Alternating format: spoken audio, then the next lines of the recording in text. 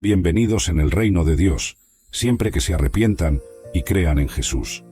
La promesa de Jesús a Dimas es un recordatorio de que la gracia de Dios es abundante y que la vida eterna está al alcance de todos los que ponen su fe en Cristo. La importancia de la fe.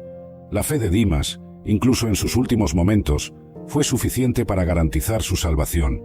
Este episodio subraya la importancia de la fe simple y sincera, que trasciende obras o méritos personales. Dimas no tuvo la oportunidad de vivir una vida de buenas obras, pero su fe en Jesús y su arrepentimiento genuino fueron suficientes para garantizarle un lugar en el paraíso. Esta historia es una poderosa lección sobre la naturaleza de la fe y la misericordia de Dios. Para los cristianos, la fe de Dimas es un ejemplo alentador de que la salvación es accesible para todos, independientemente de su pasado. La fe en Jesús es lo que importa, y la gracia de Dios cubre todos los pecados. La historia de Dimas sirve como un recordatorio de que la verdadera fe es un reconocimiento humilde de la necesidad de redención y una confianza sincera en la promesa de Jesús. La transformación interior.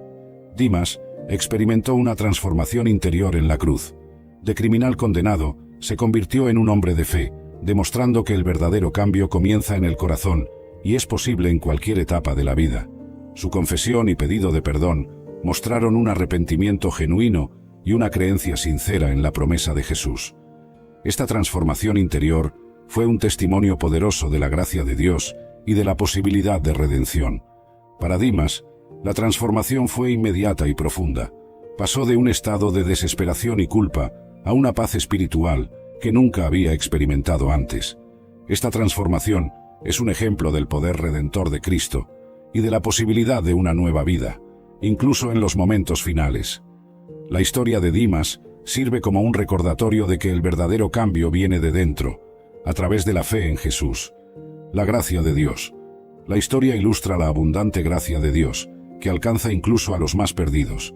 Es un recordatorio de que la gracia divina no conoce límites y está disponible para todos los que se arrepienten y creen.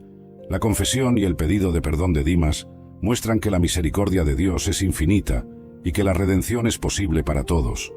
Muestra que la salvación no se basa en méritos personales, sino en la fe en Jesús y en la misericordia de Dios. La historia de Dimas es un testimonio de la naturaleza inclusiva del Evangelio y de la esperanza que ofrece a todos, independientemente de su pasado. El llamado al arrepentimiento. Dimas reconoció sus errores y buscó el perdón de Jesús. Este acto de arrepentimiento es central para la fe cristiana, mostrando que la humildad y la confesión son los primeros pasos para la redención. La respuesta de Jesús a Dimas, garantizándole un lugar en el paraíso, refuerza la importancia del arrepentimiento sincero y de la fe. Muestra que nunca es demasiado tarde para buscar la misericordia de Dios y que el verdadero cambio comienza con un corazón arrepentido. La historia de Dimas sirve como un recordatorio de que el arrepentimiento es un paso esencial para la redención y la vida eterna. La esperanza de la resurrección. Aunque Dimas no vivió para ver la resurrección de Jesús, la promesa de Jesús de que estaría en el paraíso le daba la certeza de que la muerte no era el fin. La resurrección de Jesús, que ocurriría 3 días después, sería la prueba definitiva de que la vida eterna estaba garantizada para todos los que creyeran en él. Para los primeros cristianos, la resurrección sería la base de su fe y la garantía de que, así como Jesús había vencido la muerte, también lo harían aquellos que creyeran. ¿Por qué? Pero tu luz expone sin piedad aquello que intentan esconder bajo la alfombra. Tu fe provoca sus miedos más profundos, y tu tranquilidad revela el caos que intentan controlar desesperadamente. Al atacar lo que el Señor plantó en ti, pierden exactamente lo que más anhelan.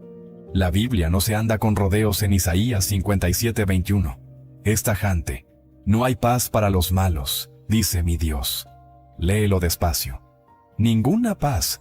No importa cuánto éxito aparenten en sus redes sociales, ni cuán persuasivas parezcan sus mentiras, o cuán alto griten su supuesta victoria. Es humanamente y espiritualmente imposible planear el mal contra alguien que camina bajo el propósito divino, y luego esperar poner la cabeza en la almohada y descansar como un bebé. No funciona así. No puedes herir a un elegido y esperar que tu alma se sienta ligera al día siguiente.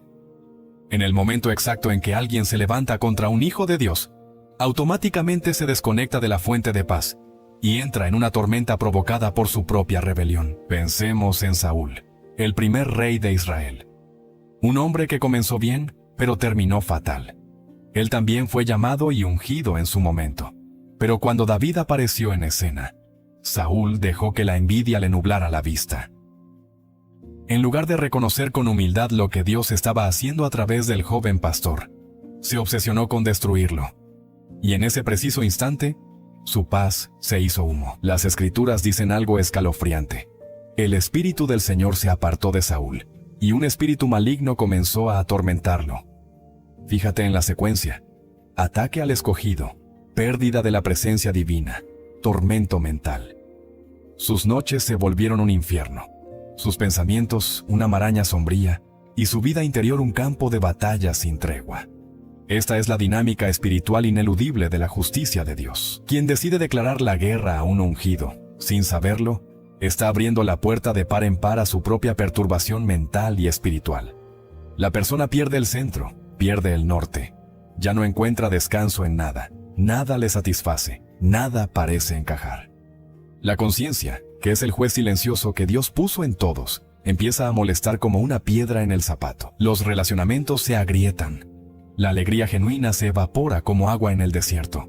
Porque el Señor no permite que nadie se alimente del plato de la persecución, y al mismo tiempo, disfrute del banquete de la paz. En el momento en que intentan arrancarte la tuya, renuncian a la de ellos. A veces, esta inquietud llega de a poco, sutilmente.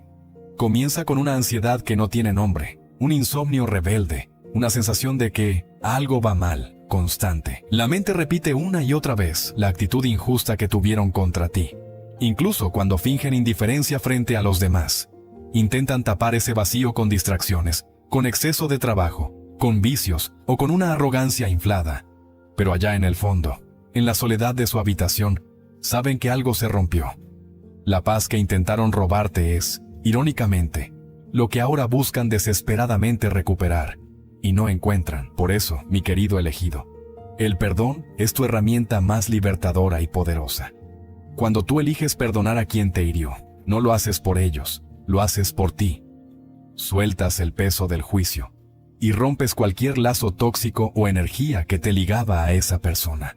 Tú permaneces guardado en tu burbuja de paz mientras ellos enfrentan las consecuencias inevitables de su elección. La justicia de Dios no siempre se manifiesta con rayos y truenos visibles para todo el mundo. A veces es mucho más sutil y dolorosa. A veces aparece en las madrugadas silenciosas, a las 3 de la mañana cuando la conciencia no deja dormir a nadie, y los fantasmas de la culpa rondan la cama. Si eres un escogido... Pero Amnón, consumido por su obsesión, no quiso oírla. Antes, pudiendo más que ella, la forzó y se acostó con ella. Segundo libro de Samuel, capítulo 13, versículo 14. La violencia de este acto se amplifica aún más por lo que sucede después.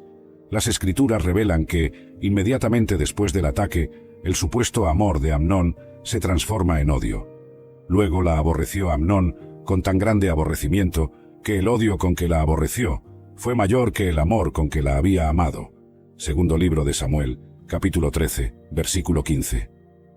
En un último acto de crueldad, Amnón la expulsa, añadiendo humillación pública a la violencia ya cometida. Tamar, devastada, puso ceniza sobre su cabeza y rasgó la ropa de colores que llevaba puesta, y puesta su mano sobre su cabeza, se fue gritando. Segundo libro de Samuel, capítulo 13, versículo 19. Su acción de rasgar sus vestiduras y cubrirse de ceniza era una señal pública de luto y tragedia en la cultura de la época. Y aquí llegamos al momento que da título a esta historia, el silencio de David. Cuando la noticia llega a sus oídos, las Escrituras nos dicen que el rey David se enteró de todo esto y se enojó mucho. Segundo libro de Samuel, capítulo 13, versículo 21. Pero lo que sigue es aún más revelador. Silencio. Ninguna acción. Ninguna justicia. Ninguna protección para su hija violentada.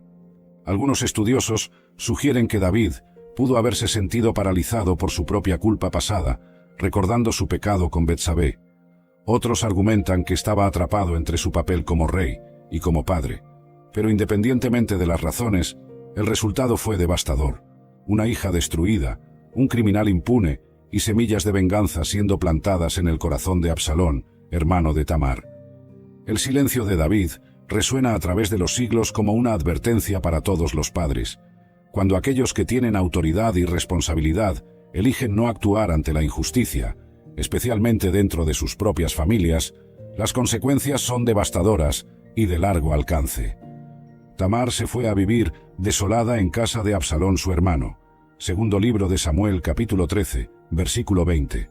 Su vida, antes llena de promesas y posibilidades, fue reducida a una existencia de aislamiento y trauma. El palacio que debería haber sido su refugio se convirtió en el escenario de su pesadilla, y el padre que debería haber sido su protector se convirtió en cómplice por su silencio. Este silencio no solo falló en traer justicia para Tamar, sino que también plantó las semillas para una tragedia aún mayor. Como está escrito en Eclesiastés capítulo 8, versículo 11, por cuanto no se ejecuta luego sentencia sobre la mala obra, el corazón de los hijos de los hombres está en ellos dispuesto para hacer el mal. El silencio tiene un precio, y en el caso de la familia de David, ese precio sería cobrado con creces. Segundo libro de Samuel capítulo 13, versículo 22, revela que Absalón no habló con Amnón ni mal ni bien, aunque Absalón aborrecía a Amnón porque había forzado a Tamar su hermana. Este silencio, a diferencia del silencio pasivo de David, era calculado. El silencio que precede a la tormenta. Durante 2 años enteros, Absalón guardó su odio, alimentándolo día tras día. Las escrituras muestran cómo planeó meticulosamente su venganza, esperando el momento perfecto. El texto bíblico destaca que aconteció, al cabo de 2 años, segundo libro de Samuel capítulo 13, versículo 23, que Absalón finalmente puso en marcha su plan. El plan de Absalón era tan astuto como el de Amnón había sido, pero con un propósito diferente. Organizó una fiesta